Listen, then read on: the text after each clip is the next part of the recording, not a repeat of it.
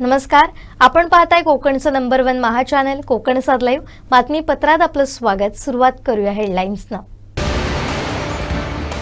तर मी लोकसभेचा उमेदवार असणार असतो, केसरकरांचा गौप्यस्फोट। गटाराचं निकृष्ट काम नगरसेवकानं रोखलं आणि अदानींविरोधात अटक वॉरंट जारी। आता पाहूया सविस्तर बातम्या। दीपक केसरकर यांच्यासह निलेश राणे, नितेश राणे हे विजयाचा गुलाल उधळतील असा विश्वास शिवसेना जिल्हा संघटक संजू परब यांनी व्यक्त केला। तर दीपक केसरकर यांना सावंतवाडीतून 35,000चं मताधिक्य मिळेल असा दावा भाजप जिल्हा संघटक महेश सारंग यांनी केलाय।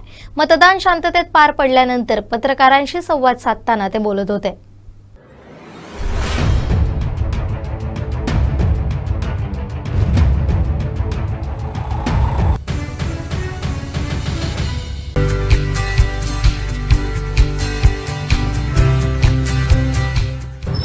सरकारचा निकाल मी आज तुम्हाला सांगतो। दीपक केसरकर कमी ते 50,000च्या फरकाने निवडून येतील, यात कोणालाही शंका बाळगण्याची गरज नाहीये। आणि तुम्ही दोन संघटनाबद्दल बोललात, आम्ही दोघे अनुभव आहोत आणि या अनुभवाचा फायदा या निवडणूक आम्ही केसरकरांना करून दिलेला आहे। निश्चितच तुम्ही आज संपूर्ण गावात दौरे करत होता, कसा प्रतिसाद होता मतदारांचा त्या गावामध्ये? एकदम चांगला प्रतिसाद होता। राणेसाहेब केसरकरांच्या जोडीला असल्यामुळे कोणतेही आम्हाला टेन्शन नव्हतं आणि सगळ्यांनी एक दिलाने काम केलेलं आहे। आणि ज्यांनी कोणी काही अशी होती माणसं ज्यांनी काही केलं, राणेसाहेबांनी आता प्रभाकर सावंतांना सांगितलेलं आहे त्यांची हकलपट्टी आत्ताच्या आत्ता करा म्हणून। निश्चितच इतरही दोन मतदारसंघातला तुम्ही अपडेट घेत होता, जात होता, त्या दोन्ही मतदारसंघाबद्दल काय सांगाल? हे दोन्ही मध्ये निलेश साहेब आणि नितेश साहेब आणि केसरकर साहेब हे तिघही आमदार तुम्हाला येणाऱ्या 23 तारखेला दिसतील, यात कोणतीही शंका नाही। तुम्ही सुद्धा भाजपचे एक संघटक आहात आणि संघटना बांधणीबद्दल तुमचं कौतुक प्रत्येकजण करतो, काय सांगाल या निमित्तानं? आपल्या ह्या सावंतवाडी विधानसभेमध्ये भारतीय जनता पार्टीचे सर्व संघटक आज आपल्या उमेदवार आपले दीपकभाई केसरकर यांच्या पाठीशी ठामपणे उभे राहिले। महायुतीचा उमेदवार निवडून येण्यासाठी वरिष्ठ पातळीवर म्हणजे आज आपली महायुती झाली होती, तसे सर्व कार्यकर्त्यांना आपले आदरणीय राणेसाहेब, आदरणीय आपले चव्हाणसाहेब यांनी जे सूचना दिल्या त्या सूचनेप्रमाणे आपण आपले सर्व कार्यकर्त्यांनी आज मोठ्या प्रमाणात आज मतदान करण्यासाठी आपल्या मतदारांना आपले हात मारलेले आहे। त्याच्यासह सगळ्या मतदारांनी त्यांना चांगलं साथ दिलेली आहे। निश्चितच लोकसभेला चांगला प्रतिसाद इथल्या मतदारांनी तुम्हाला दिला, महायुतीला दिला, विधानसभेला पण तशाच पद्धतीचा प्रतिसाद असेल का? नक्कीच आपले उमेदवार आणि आपले दीपकभाई केसरकर हे जवळपास 34,000 मतांनी किंवा 35,000 मतांनी हे निवडून येतील। सावंतवाडीत चौरंगी लढत झाली। या लढतीत दिग्गजांची प्रतिष्ठा पणाला लागलेली आहे। मात्र सकाळपासूनच सावंतवाडी मतदारसंघात मतदारांनी मतदानासाठी गर्दी केली होती। शांततेत हे मतदान पार पडलं। घेऊयात सावंतवाडीच्या मतदानाचा कानोसा।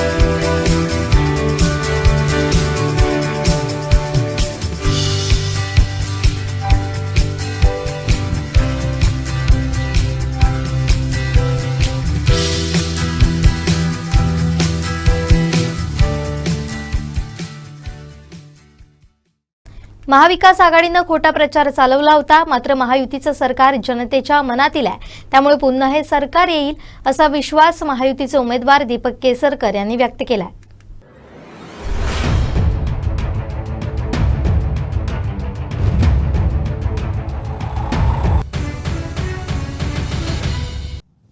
अतिशय आनंदाचे तुमच्या तोंडामध्ये साखर पडून द्या असं मी म्हणेन.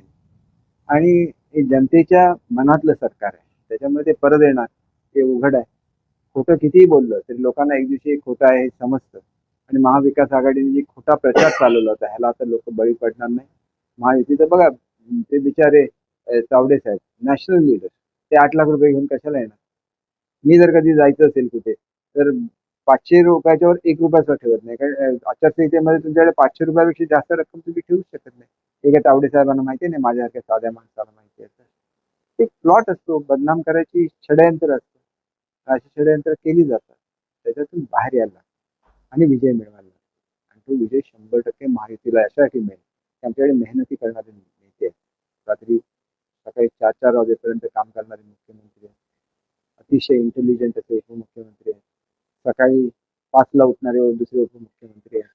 त्याच्यामुळे हे 6 पर्यंत काम करतात, ते 5ला उठतात आणि ते 7ला जातात ह्याच्यामध्ये आपल्या मंत्रालयामध्ये. त्यामुळे आमचं सरकार 24/7 चालतं आणि त्याच्यामागे ब्रेन असतो फडणवीस साहेबांचा. म्हणजे एक व्हेरी गुड कॉम्बिनेशन आहे आमचं. त्यामुळे ते कॉम्बिनेशन लोकांना सुद्धा आवडतं. सुरुवातीला टीका झाली होती अजितदादांना घेतलं तेव्हा, लोक हळूहळू ते सुद्धा ऍडजस्ट करून घेणार याची मला खात्री आहे आणि काहीतरी चांगलं निघेल याची मला खात्री आहे. 100% आमचं सरकार येणार आहे हे मी तुम्हाला खात्रीपूर्वक सांगतो. आणि हे स्टेबल सरकार असणार, त्याबद्दल कोणीही मनामध्ये शंका बाळगण्याचं कारण नाही. मला विजय 100% मिळणार. किती मतांनी मिळणार हे मी सांगू शकत. याच मतदारसंघामध्ये एकदा मी पहिल्यांदा उभा राहिलो तर 27,000 मतांनी निवडून आलो.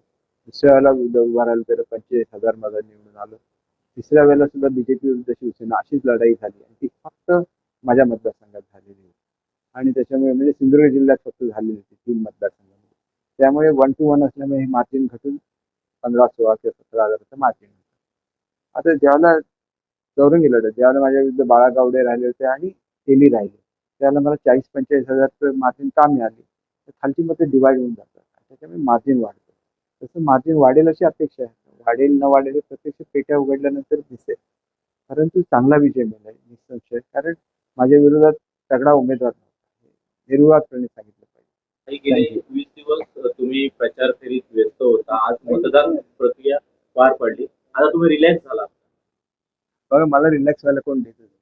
येताना गाडीमध्ये एक मुलाखत दिली, इथं आल्यानंतर एक मुलाखत दिली. मी पक्षाचा मुख्य प्रवक्ता आहे, हे करायलाच लागतं. तिथून निरोप आला, उद्या हुतात्मा दिन आहे, मला हुतात्मा चौकामध्ये सकाळी पहाटे 8 वाजता हजर पाहिजे, रात्रीभर परत 12 वाजता निघून प्रवास केला पाहिजे. हे माझं जीवनच असं आहे आणि हे जीवन लोकांना समर्पित आहे. मला काय आनंद होतो का माझ्या सगळ्या लोकांनी एवढी मेहनत करून मला निवडून आणणार, त्यांना सोडून जाण्यामध्ये. परंतु आपल्याला आपलं कर्तव्य हे करायलाच लागतं आणि ते कर्तव्य मी करतो. म्हणून सगळेजण माझ्यावर प्रेम करतात, सगळे माझे नेते माझ्यावर प्रेम करतात. ते मग शिंदे साहेब असतील, फडणवीस साहेब असतील, दादा असतील, सगळे. पण याच्यातले 2 तर नेते माझे एकदम तुम्हाला माहिती आहे की शिंदे साहेब आणि फडणवीस साहेबांनी मोठ्या जबाबदारी आणि ज्याला मला पहिल्यांदा तिकीट मिळालं त्याला पवारसाहेबांच्या इच्छेच्या विरुद्ध जाऊन दादांनी तिकीट देण्यासाठी आग्रह धरला, तरी का मी विसरू शकत नाही. आधी माझी अतिशय प्रेमाने वागतात आणि त्याच्यामुळे ठीक आहे, चांगला निवडून यायचं. काय दिलं जबाबदारी घ्यायची, करून दाखवायची. सावंतवाडी विधानसभा मतदारसंघात अतिशय शांततेत मतदान पार पडलं, मात्र निवडणुकीमुळे एसटी प्रवाशांची गैरसोय मोठी झाली. काही बसेस या निवडणुकीसाठी वापरण्यात आल्यानं प्रवाशांचा खोळंबा झाला.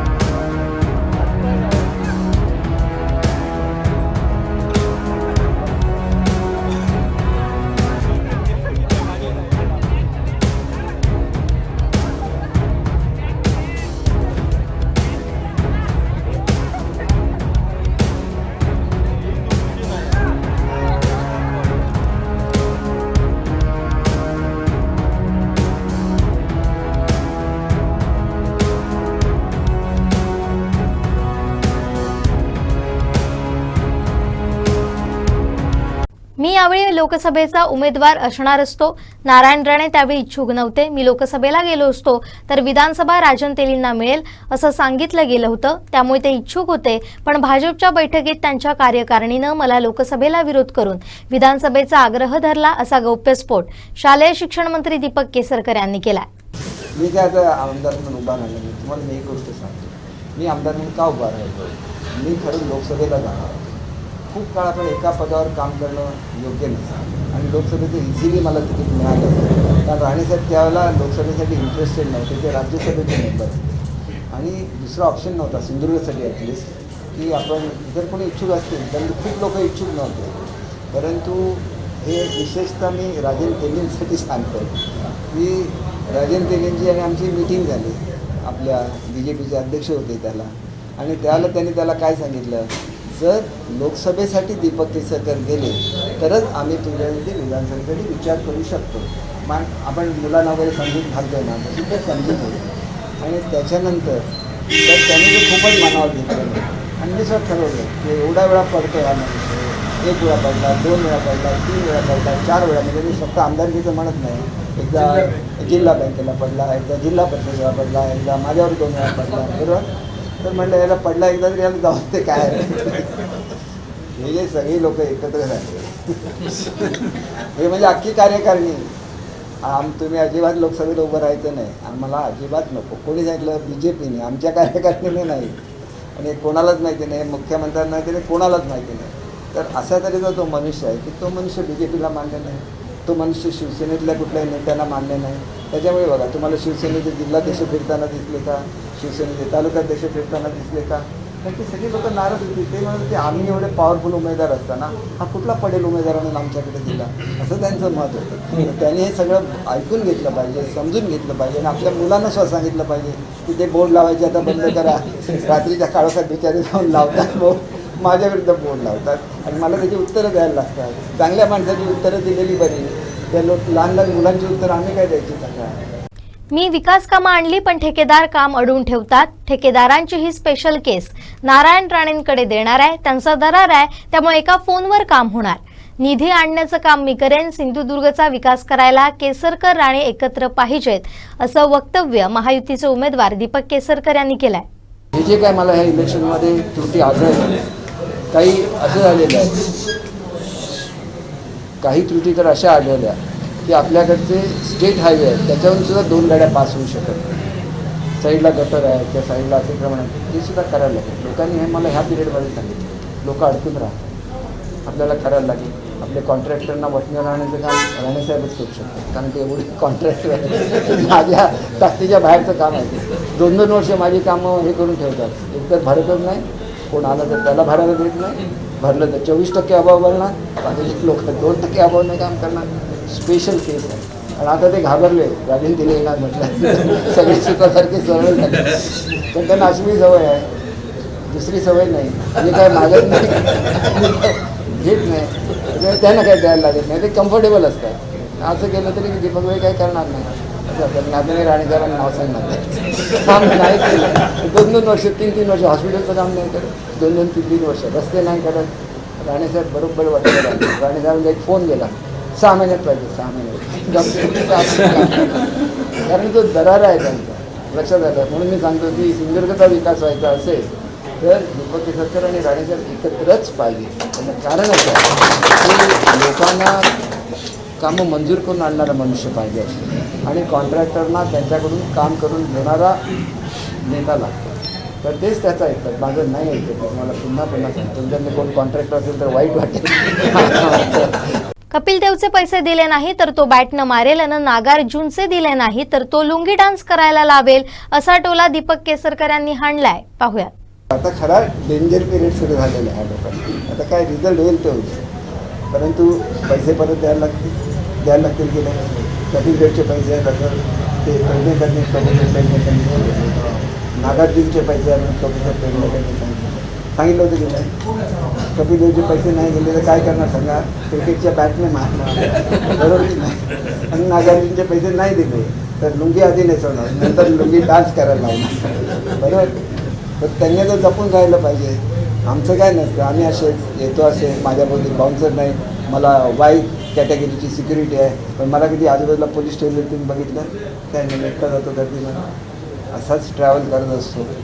मागच्या वेळी बबन साळगावकर यांना उमेदवारी न देता अर्चना घारे परब यांना दिली पाहिजे असं म्हटलं होतं अन घारेंनीच माझ्या विरोधात काम सुरू केलं अशी टिप्पणी केली. घारे आपल्यासोबत आल्या तर त्यांचं स्वागतच करेन असं दीपक केसरकर यांनी म्हटलंय.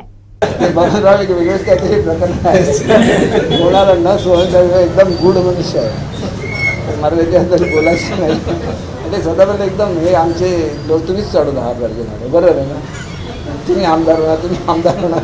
त्यांना वाटलं 5,000 मतं मिळाली सावंत तुम्ही आमदार होणार, ते कशाला तुम्ही असं चढून ठेवलं 1,000 रुपये घालावं. आणि त्याच्यामुळे काय ते पडले त्यावरून माझ्यावर येतात. हां तर आणि मागच्या वेळी मी तुम्हाला गंमत सांगतो, एकदा ताई होते घारे नाही ना, ते बबनरावने देण्याऐवजी तुम्हाला तिकीट दिलं तर तुमची माझी चांगली पाहिजे.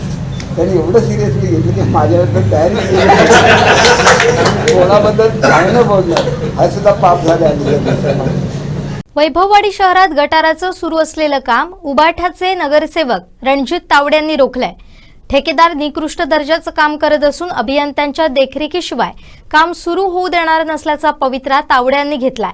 अखेर ठेकेदारानं हे काम बंद केलंय. वैभववाडी बाजारपेठेतील पूर्वेकडील भागाच्या गटाराचं काम सुरू होतं. पहिल्याच टप्प्याचं काम पूर्ण झालंय. त्यानंतर सावली हॉटेल ते साई हॉटेल पर्यंत दुसऱ्या टप्प्याचं काम सध्या सुरू आहे. मात्र ठेकेदाराकडून हे काम करत असताना योग्य पद्धतीनं केलं जात नाही. गटारात सोलिंग केल्याअखेरीज पीसीसी करण्यात आली. ही बाब काही नागरिकांनी तावडे यांच्या निदर्शनास आणून दिली. त्यानंतर तावडे यांनी घटनास्थळी हे काम रोखलं. जोपर्यंत अभियंता येत नाही तोपर्यंत काम करायला देणार नाही, शहरात चुकीच्या पद्धतीनं काम करायला देणार नाही असा इशारा त्यांनी दिला. अखेर गटाराचं सुरू असलेलं काम कामगारांनी थांबवलं.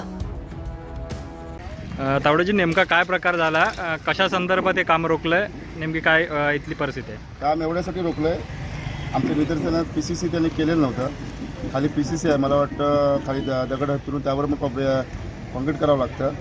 ते निदर्शनाला बघतो त्यांना खोलायला लावलं, बघतो तर त्याचं एकही खाली दगड नाही, पूर्ण माती टाकलेली आहे आणि त्याच्यावर 2 इंचाचं पण म्हणजे 1 इंच पण कॉन्क्रीट टाकलेलं नाही आणि निव्वळ त्यांचं बोगस काम चालू आहे. आणि या जे गटर झालं आहे त्यावरती फक्त एक टाईम रात्रीचं पाणी मारलं जातं, ते पण एक दिवस आड करून असेल किंवा नसेल.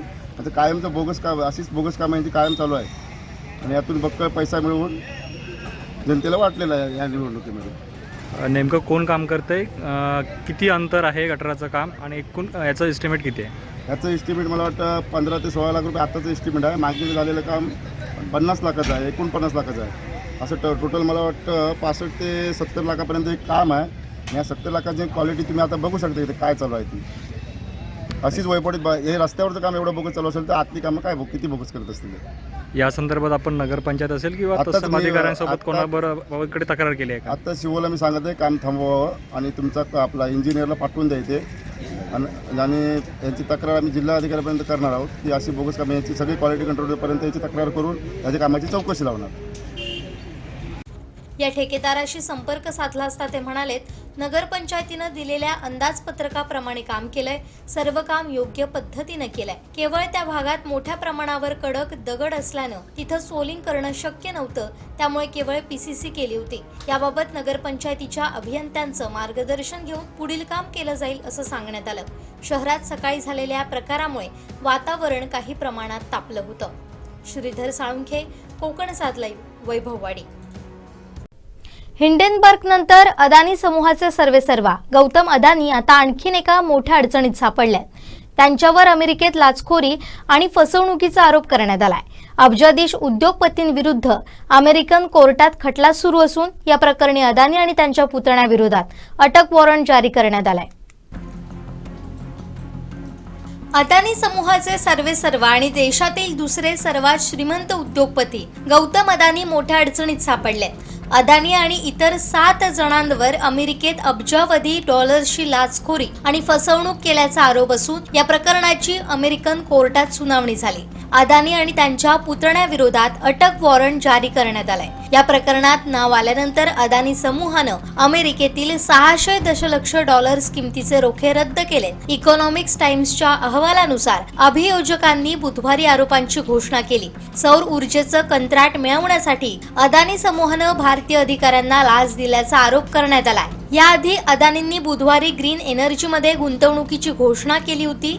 अमेरिकेचे निर्वाचित अध्यक्ष डोनाल्ड ट्रम्प यांना निवडणूक विजयाबद्दल कंपनीच्या अध्यक्षांनी अभिनंदन करताना आपल्या ट्विटमध्ये ही घोषणा करण्यात आली। US सिक्युरिटीज अँड एक्सचेंज कमिशननं दाखल केलेल्या खटल्यानुसार गौतम अदानी यांच्यावर अमेरिकन गुंतवणूकदारांची फसवणूक आणि अधिकाऱ्यांना लाच दिल्याचा आरोप असून गौतम अदानी आणि इतरांवर खोटी दिशाभूल करणारी विधानं करून अमेरिकन गुंतवणूकदार तसेच जागतिक वित्तीय संस्थांकडून निधी घेतल्याचा आरोप करण्यात आलाय, ज्यानंतर ही रक्कम लाचखोरीसाठी वापरली गेली। एका आरोपानुसार काही षडयंत्रकर्त्यांनी गौतम अदानींना उल्लेख करण्यासाठी न्यूमेरो युनो आणि द बिग मॅन या सांकेतिक नावांचा वापर केला, तर सागर अदानी यांनी लाचेच्या तपशिलांचा मागोवा घेण्यासाठी आपला सेलफोन वापरला होता। गौतम अदानी आणि सागर अदानी यांच्यावर अटक वॉरंट जारी करण्यात आल्याचे अहवालात म्हटलंय। US सिक्युरिटीज अँड एक्सचेंज कमिशननं दोन्ही व्यक्ती आणि सिरिल कॅपनेस या दोघांविरुद्ध संबंधित दिवाणी आरोप दाखल केले। मात्र अमेरिकन सरकारनं अद्याप अदानी आणि इतर व्यक्तींवरील विशिष्ट आरोपांबद्दल संपूर्ण तपशील दिलेला नाहीये।